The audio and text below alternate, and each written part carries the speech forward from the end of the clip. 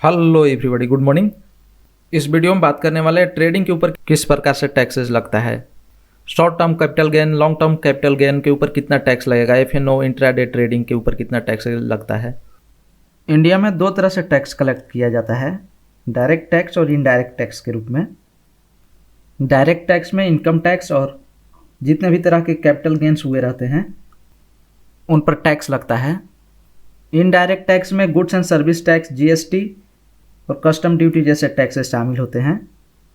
इस वीडियो में बात करने वाले हैं ट्रेडिंग के ऊपर किस प्रकार से टैक्सेस लगता है। एक टैक्सेस होता है जो ब्रोकर पे करता है जीएसटी के रूप में, जो कि ब्रोकरेज के ऊपर लगता है। दूसरा जो आपके कैपिटल गेन्स हुए रहते हैं, short term capital gain, long term capital gain, intraday से जो इनकम हुआ रहता है उस पर इनकम टैक्स लगता है। इनकम टैक्स के अपने एक स्लैब रेट होते हैं जिनके अनुसार इन पर गवर्नमेंट टैक्स कलेक्ट करती है। यह फाइनेंशियल ईयर 2023-24 के स्लैब रेट। इसमें आपको 3 लाख तक कोई भी टैक्स नहीं देने होते हैं। 3 to 6 लाख पर 5% की टैक्सेस लगता है। इसमें आपको रिबेट भी मिलता है। जब आप रिटर्न फाइल करोगे तो tax rebate under section 87A के अनुसार आपको 6 लाख तक की इनकम पर कोई भी टैक्स नहीं देने पड़ते हैं। 6 लाख से 9 लाख के बीच आपको 10% के टैक्सेस लगते हैं। इसमें अगर 7 लाख तक जो इनकम है उस पर भी रिबेट मिलता है। 9 लाख से 12 लाख के बीच आपको 15% की टैक्स लगता है। नेक्स्ट है 12 लाख से 15 लाख के बीच जो स्लैब रेट है 20% की है। 15 लाख से ज़्यादा के इनकम पर फ्लैट 30% के हिसाब से टैक्सेस लगता है। ये जो स्लैब रेट्स हैं every year ministry of finance के द्वारा अपडेट किए जाते हैं। Taxes in stock market. Stock market में 2 तरह के टैक्सेज लगते हैं। एक टैक्सेज होता है जो ब्रोकर पे करता है, जीएसटी, सिक्योरिटी ट्रांजैक्शन टैक्स और भी बहुत सारे टैक्सेज जो ब्रोकर रियल टाइम में पे करता है। दूसरा जो हमारे इनकम के ऊपर लगता है इनकम टैक्स के रूप में। मार्केट में 3 तरह के ट्रांजैक्शंस होते हैं, long term, short term, intraday. अगर कोई स्टॉक या शेयर को 12 मंथ के बाद आप सेल आउट करते हो तो लॉन्ग टर्म में काउंट होता है। वहीं अगर आप 1 साल के अंदर अंदर ही आप बेच देते हो तो शॉर्ट टर्म में काउंट होता है। अगर बाइंग और सेलिंग सेम डे करते हो तो इसे इंट्राडे में काउंट किया जाता है। लॉन्ग टर्म में जब आप 1 ईयर के बाद सेल करते हो तो 2 तरह के सिनारियो सामने आते हैं।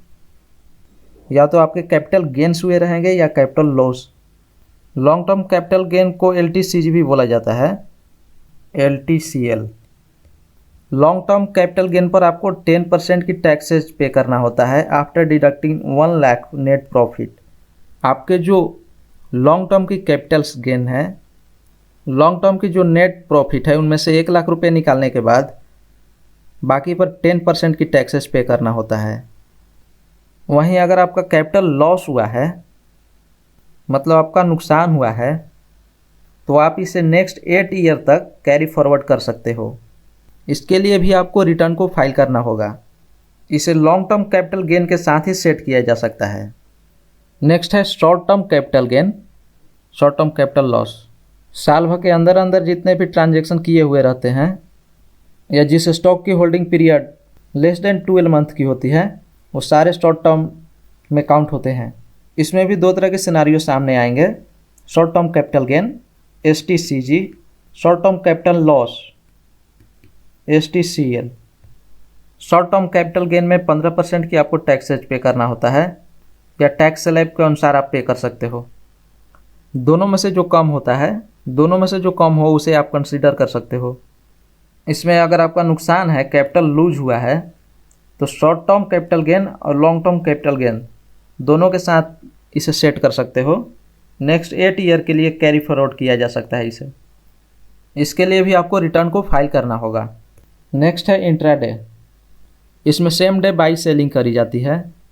इंट्राडे के जो अर्निंग्स होती है इसे बिजनेस इनकम में काउंट किया जाता है। इसमें भी कैपिटल गेन्स और कैपिटल लॉस होते हैं। इसका रिजल्ट सेम डे ही मिल जाता है। इंट्राडे के जो प्रॉफिट्स होते हैं उसे स्पेक्युलेटिव इनकम या बिजनेस इनकम में काउंट किया जाता है, जिस पर टैक्स स्लैब के अनुसार टैक्सेस लगते हैं। इंट्राडे की लॉसेस को केवल इंट्राडे में ही सेटअप किया जा सकता है। इसे 4 ईयर तक की कैरी फॉरवर्ड किया जा सकता है। डिविडेंड और derivatives F&O, future and options की जो ट्रेडिंग होती है उस पर भी स्लैब रेट के अनुसार टैक्सेस लगते हैं। ये सारे बैंकिंग ट्रांजैक्शंस होते हैं, आपके सारे डेटा इनकम टैक्स को रिफ्लेक्ट होते हैं, इसमें आप थोड़ा भी इधर उधर नहीं कर सकते हो। इनकम टैक्स की जो वेबसाइट है उस पर जाकर आप चेकआउट कर सकते हो।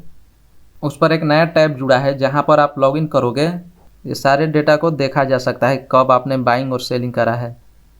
Okay, thank you.